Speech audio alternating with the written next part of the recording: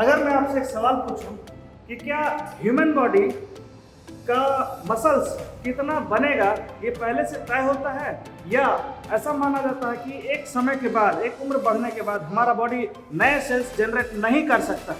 लेकिन body building science अब ये इस चीज़ को चैलेंज कर रहा है। उसका कहना है कि वो एक उम्र के बाद अपने मसल्स के नए फाइबर्स को बड़ा तो कर ही सकता है, साथ में रीजनरेट भी कर सकता है।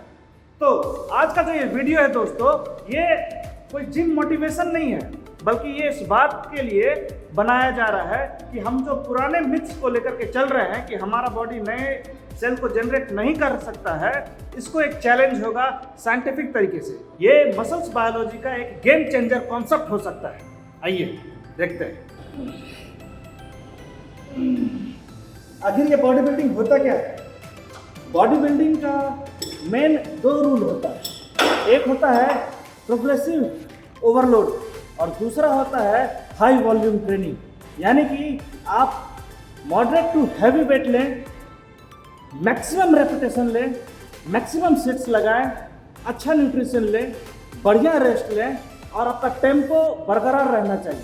यही होता है बॉडी बिल्डिंग का मेन 2 तरीका दोस्त, और उसमें ये सारा कुछ इंक्लूड होता है। तो ये जो बॉडी बिल्डिंग है, ये एक्सरसाइज आपको सिर्फ स्ट्रॉन्ग नहीं करता है, बल्कि आपके बॉडी को नए तरीके में, नए सांचे में ढालने के लिए मजबूर भी करता है। और बॉडी का एक तरीका होता है दोस्तों, एक उसका नियम होता है कि बॉडी का जो भी डिमांड है वो अपने उस डिमांड को फुलफिल करने के लिए नए रूप में, नए तरीके में खुद को ढालता भी। तो क्या यदि हम अपने मसल्स फाइबर को डैमेज करते हैं तो क्या वो अपने आप को उसके अकॉर्डिंग ढालता है? इसी के कारण तो वो अपने फाइबर को, मसल्स फाइबर को बड़ा करता है। तो क्या इसके कारण वो नए मसल्स फाइबर भी क्रिएट करता है क्या? अब हम बात करेंगे साइंस की। जब हमारे साइंटिस्ट भाइयों ने वेट लिफ्टर्स और बॉडी बिल्डर्स के मसल्स का बायोप्सी किया। मसल्स बायोप्सी मतलब होता है कि मसल्स के फाइबर के अंदर जा करके उसकी जांच पड़ताल करना। तो जब वेट लिफ्टर्स का बायोप्सी किया गया, वेट लिफ्टर्स वो होते हैं जो कि बहुत हैवी वेट लेते हैं और रेपिटेशन कम लगाते हैं, उनका जब बायोप्सी किया गया तो पाया गया कि उनका जो मसल्स फाइबर होता है वो बहुत थिक होता है, बहुत स्ट्रांग होता है, लेकिन उसकी संख्या बहुत ज़्यादा नहीं है। वहीं जब बॉडी बिल्डर के मसल्स की बायोप्सी की गई, बॉडी बिल्डर्स वो होते हैं जो कि हाई रेपिटेशन लगाते हैं, मॉडरेट टू हैवी वेट लेते हैं, हाई रेपिटेशन लगाते हैं, ज़्यादा से ज़्यादा सेट्स लगाते हैं, न्यूट्रिशन का ज़्यादा ख्याल रखते हैं। उसका जो मसल्स का जो फाइबर का जो साइज़ है वो बिल्कुल नॉर्मल था, लेकिन उसकी संख्या बहुत ज़्यादा थी। अब सवाल ये है कि आखिर इतने सारे नए मसल्स फाइबर आए कहाँ से?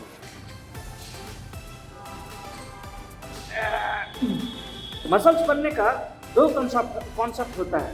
एक होता है हाइपरट्रॉफी और एक होता है हाइपरप्लेसिया। हाइपरट्रॉफी का मतलब होता है जो आपका एग्जिस्टिंग मसल फाइबर है वो अपना आकार थोड़ा सा बड़ा कर लेता है। एक्सरसाइज के कारण जो होता है उसमें जो डैमेज होता है तो वो अपने आकार को थोड़ा सा बड़ा कर लेता है, थोड़ा थिक कर लेता है, जिसके कारण जब आप एक्सरसाइज करते हैं, आप जिम जाते हैं तो आपके मसल्स में पंप आता है। वो इस चीज़ का नतीजा है हाइपरट्रॉफी का। दूसरा है हाइपरप्लेसिया। हाइपरप्लेसिया का मतलब होता है नए मसल फाइबर क्रिएट होना। ये थोड़ा कंट्रोवर्शियल है, लेकिन जो जिम स्टडी है वो क्लेम करता है कि हाइपरप्लेसिया अब पॉसिबल है।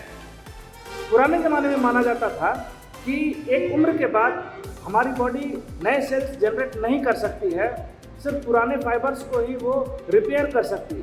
लेकिन अब नया जो कॉन्सेप्ट है हाइपरप्लेसिया, वो ये क्लेम करता है कि हमारा बॉडी नए सेल फाइबर को भी क्रिएट कर सकता है।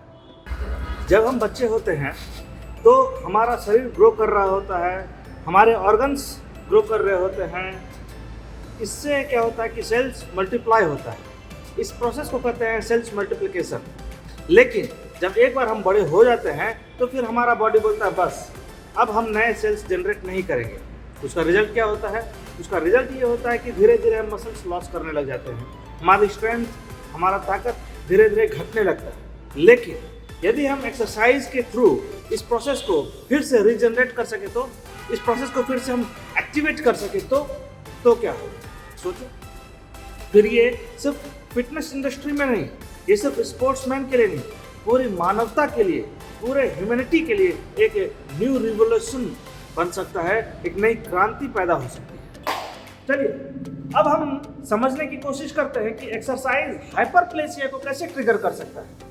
होता क्या है, एक्सरसाइज के थ्रू हम अपने मसल्स में मैकेनिकल स्ट्रेस क्रिएट करते हैं और उस मैकेनिकल स्ट्रेस से जो बार बार उसमें स्ट्रेस देते हैं तो उससे क्या होता है कि उसमें माइक्रो जो फाइबर होता है वो बार बार डैमेज होता है और उस डैमेज को फिर से रिपेयर करने के लिए हम लोग क्या करते हैं, उसको रेस्ट देते हैं और प्रोटीन डिमांड करते हैं, ज़्यादा से ज़्यादा प्रोटीन इंटेक करने की कोशिश करते हैं, अपने खान पान को अच्छा रखते हैं, अपने दिनचर्या को अच्छा रखते हैं और इसके थ्रू क्या होता है कि हमारा बॉडी फिर से रिकवर करने की कोशिश करता है। लेकिन जब आप बार बार इस चीज़ को दोहराते रहते हैं, बार बार इस चीज़ को दोहराते रहते हैं तो एक टाइम ऐसा आता है कि नए फाइबर बॉडी को मिल ही नहीं पा रहा होता है, तो बॉडी ब्रेन को एक इंडिकेशन देता है, माइंड को एक इंडिकेशन देता है कि भैया अब हमारे पास नए फाइबर्स नहीं बचे हैं रिक्रूट करने के लिए। तो ऐसे में हमारा बॉडी एक न्यू एडेप्टेशन ले सकता है। जैसा कि मैं पहले भी बोल चुका हूँ कि हमारा बॉडी जैसे सिचुएशन में होता है वो अपने आप को वैसा ढालने की कोशिश करता है। तो जब हम बार बार उसके फाइबर्स को ब्रेक कर रहे होते हैं तो वो अपने आप को एक नए एडेप्टेशन के लिए तैयार करता है और वो होता है क्या, नए फाइबर सेल्स को जनरेट करना, न्यू फाइबर सेल्स को जनरेट करना। वैसे इसका अभी तक साइंटिफिक प्रूफ नहीं है, लेकिन साइंस इसके तरफ स्ट्रॉन्ग इंडिकेशन जरूर दे रहा है कि ऐसा हो सकता है। और इसमें हेल्प क्या करता है, इसमें हेल्प करता है सैटेलाइट सेल्स, आपका ग्रोथ फैक्टर और आपका हार्मोन, जो आपका हार्मोन होता है वो इसमें हेल्प करता है। तो मैं फिर बोल रहा हूँ, इसका साइंटिफिक प्रूफ नहीं है अभी, लेकिन साइंस इसके तरफ स्ट्रॉन्ग इंडिकेट जरूर कर रहा है कि ऐसा हो सकता है और उस पर रिसर्च भी चल रहा है। ये हाइपरप्लेसिया एथलीट पर क्या प्रभाव डालता है? हर एथलीट के साथ एक ही सिचुएशन होता है कि एक समय के बाद उस पर एक लिमिटेशन लगना शुरू हो जाता है, उसका जो स्ट्रेंथ होता है वो कहीं ना कहीं, उसका जो परफॉर्मेंस होता है वो कहीं ना कहीं रुकने लग जाता है। तो लेकिन यदि हाइपरप्लेसिया हो तो उसका क्या फ़ायदा होगा? उसका फ़ायदा ये होगा कि वो अपने लिमिट को, अपने स्पीड को इम्प्रूव कर सकता है, उसका एंड्योरेंस और ज़्यादा बूस्ट कर सकता है। तो इससे सिर्फ बॉडी बिल्डर्स पे नहीं, पूरे एथलीट पे, पूरे स्पोर्ट्समैन पर एक अच्छा प्रभाव पड़ सकता है, एक रिवॉल्यूशन क्रिएट हो सकता है हाइपरप्लेसिया से। हाइपरप्लेसिया नॉर्मल लाइफ पर कैसे इम्पैक्ट डालता है? समय के साथ जब हम बूढ़े हो रहे होते हैं तो हम लोग मसल्स लॉस करते हैं, लेकिन साइंस इसे पूरी तरीके से इनविटेबल नहीं मानता है। वो मानता है कि एंटी एजिंग सिस्टम किया जा सकता है हाइपरप्लेसिया के थ्रू। तो यदि हाइपरप्लेसिया प्रूफ हो जाता है, वो अप्लाई हो जाता है, तो हम लोग बहुत तेज़ी से मसल्स लॉस नहीं करेंगे, बुढ़ापा में बहुत तेज़ी से मसल्स लॉस नहीं होगा, आपका स्ट्रेंथ बरकरार रहेगा और हो सकता है कि शायद नए नए मसल फाइबर जो है वो क्रिएट होते रहे, तो आप एंटी एजिंग प्रोसेस जो है, यानी कि आपकी जवानी बहुत समय तक बरकरार रह सकती है और साइंस इस पर काम कर भी रहा है। आजकल एंटी एजिंग फार्मूला हर चीज़ पर अप्लाई हो रहा है, बहुत सारा एंटी एजिंग क्रीम हो रहा है, आ रहा है। तो एंटी एजिंग आज के डेट में एक ट्रेंड सा चल रहा है। अभी तक हम लोग बात कर रहे थे एंटी एजिंग यानी कि हाइपरप्लेसिया पर। तो उसके लिए हम लोग क्या करते हैं, जिम वगैरह जाते हैं, एक्सरसाइज करते हैं, अपने मसल्स को ब्रेक करते हैं, रिकवरी करते हैं। लेकिन यदि आप उसके साथ साथ योगा को भी अटैच करते हैं, जोड़ देते हैं, तो सबसे बेहतर रिजल्ट होगा। क्यों? क्योंकि बॉडी बिल्डिंग में या दूसरे एक्सरसाइज में आप मसल्स पे ज़्यादा वर्कआउट कर रहे होते हैं और योगा में आप ब्रीदिंग पर ज़्यादा वर्कआउट कर रहे होते हैं, आप माइंड पर ज़्यादा वर्कआउट कर रहे होते हैं, आपके नर्व सिस्टम जैसे अनुलोम विलोम नर्व सिस्टम पर आप ज़्यादा वर्कआउट कर रहे होते हैं, आपके न्यूरॉन्स पर आप ज़्यादा वर्कआउट कर रहे होते हैं। तो यदि आप मसल्स के साथ साथ ब्रेन को भी सिंक्रोनाइज कर लेते हैं, यानी कि आप जिम के साथ साथ या दूसरे एक्सरसाइज के साथ साथ यदि आप योगा को भी मिक्स कर लेते हैं, तो आपको बहुत बेहतर रिजल्ट मिलेगा। इसलिए दोस्तों, मेरा स्ट्रांगली रिकमेंडेशन है कि आप कुछ भी करें, किसी भी फॉर्मेट से आप कोई भी एक्सरसाइज करें, योगा ज़रूर उसमें ऐड करें, तभी हाइपरप्लेसिया ज़्यादा अच्छे से एक्टिवेट हो सकता है, एंटी एजिंग ज़्यादा अच्छे से आप पे काम कर सकता है। तो दोस्तों, आगे से जब भी आप जिम जाएं या जिम की शुरुआत करें, तो आप सिर्फ ये समझ कर ना जाएं कि आप सिर्फ बॉडी बनाने जाएं, बल्कि आप ये समझ करके जाएं कि आप अपने जीवन को फिर से रीराइट करने जा रहे हैं।